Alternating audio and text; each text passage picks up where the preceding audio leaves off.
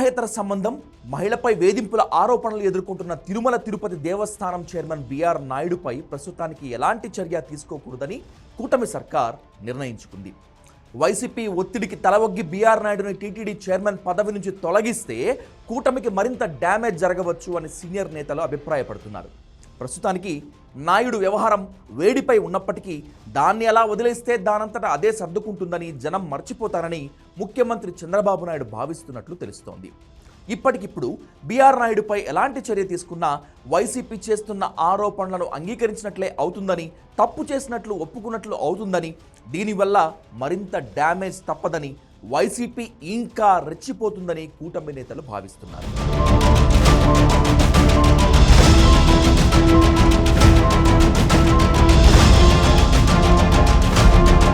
ఒక మహిళతో బిఆర్ నాయుడు కలిసి ఉన్న ఫోటోలు, విజువల్స్ సోషల్ మీడియాలో చక్కర్లు కొడుతున్నాయి. దీనిపై వైసీపీ వరుస ప్రెస్ మీట్లతో హోరెత్తిస్తోంది. టీటీడీ చైర్మన్ పదవికి బిఆర్ నాయుడు రాజీనామా చేయాలని లేదా ఆయనను ప్రభుత్వమే తొలగించాలని డిమాండ్ చేస్తోంది వైసీపీ. ఇలాంటి కార్యక్రమాలకు పాల్పడుతున్నటువంటి బిఆర్ నాయుడు గారు, మీరు రాజీనామా చేయవలసినటువంటి అవసరం ఉన్నది, లేదా మిమ్మల్ని ముఖ్యమంత్రి చంద్రబాబు నాయుడు గారే రిమూవ్ చేయాల్సిన అవసరం ఉంది అని నేను ప్రకటించటం జరిగింది. వైసీపీ డిమాండ్ని బిఆర్ నాయుడు పూర్తిగా తోసిపుచ్చారు.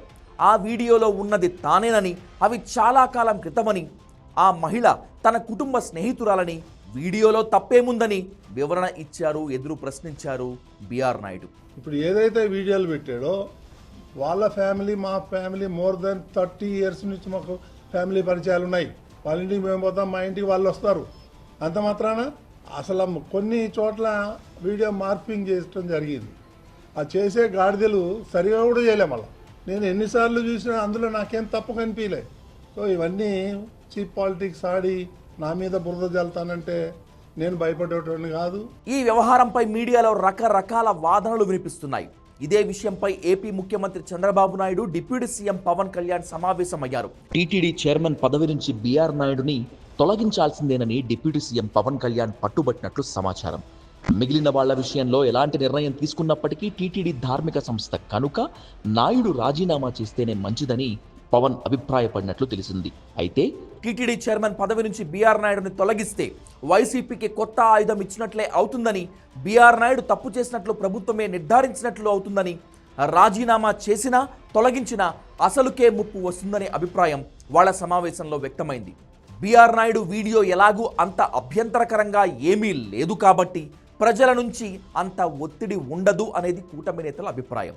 అంతేకాదు, ఇటీవల రైల్వే కోడూరు జనసేన ఎమ్మెల్యే అరవ శ్రీధర్ లైంగిక వ్యవహారాలు, అక్రమ సంబంధాలు రాష్ట్ర రాజకీయాలను కుదిపేశాయి. అరవ శ్రీధర్పై కూడా జనసేన ఎలాంటి యాక్షన్ తీసుకోలేదు. ఇప్పుడు బిఆర్ నాయుడుపై ఏదైనా యాక్షన్ తీసుకుంటే అరవ శ్రీధర్ అంశం కూడా మళ్లీ తెరపైకి వస్తుంది. వైసీపీ వరుస డిమాండ్లు చేయటం మొదలు పెడుతుంది.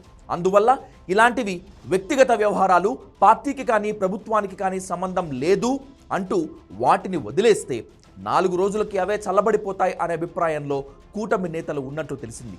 బిఆర్ నాయుడుకి టీటీడీ చైర్మన్గా మరో 7 నెలలు మాత్రమే ఉంది. ఆ తర్వాత ఎలాగో ఆయనకు మరోసారి ఆ పదవి దక్కకపోవచ్చు. ఈ 7 నెలలు ఈ అంశాన్ని ప్రస్తావించకుండా వదిలేస్తే ఆ తర్వాత ఆయన ఎలాగూ టీటీడీకి దూరంగానే ఉంటారు. అంతేకాకుండా బిఆర్ నాయుడుపై ఇప్పుడు యాక్షన్ తీసుకుంటే ఆయన సొంత మీడియా ఛానల్ టీవీ5 ప్రభుత్వానికి, పార్టీకి అడ్డం తిరిగితే పరిస్థితి ఏంటి అనే చర్చ కూడా జరిగింది.